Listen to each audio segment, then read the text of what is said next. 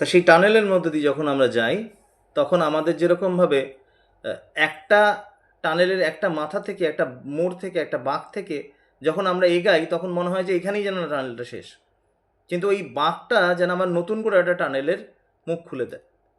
ঠিক একই রকমভাবে যেন পথের রাস্তা খুলে দিচ্ছে আরও। একটা মোড় থেকে আমরা নতুন মোড়ে যাচ্ছি, আবার একটা নতুন ভোর যেন আমাদের সামনে চলে আসছে, নতুন দিন যেন চলে আসছে আমাদের কাছে। ঠিক একই রকমভাবে নলেজকে কম্পেয়ার করা হয়েছে একটা আর্চের সঙ্গে, যার মার্জিনটা সেরকমভাবে যত আমরা এগোতে থাকছি তত তার মার্জিনটা রিসিড করতে থাকছে।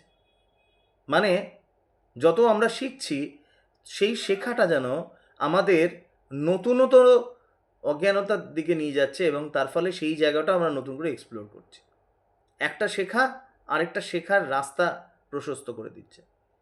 এই জিনিসটাই কবি এই কবিতার মধ্য থেকে জ্ঞানের সম্বন্ধে তুলে ধরেছেন, এবং এই মেটাফরটা নিয়েই আমরা আলোচনা করছিলাম যে for ever and ever when I move, যেখানে এটা শেষ হচ্ছে মোটামুটি।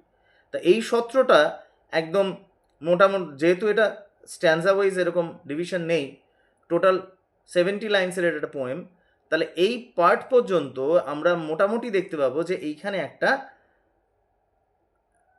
থামার জায়গা আছে। এরপর থেকে আবার একটা নতুন সত্র শুরু হচ্ছে। তা সেই জন্য সেটা আমার নেক্সট ক্লাসে আমরা করব। এই ক্লাসটা আমরা এই পর্যন্তই সীমিত রাখব। Thank you.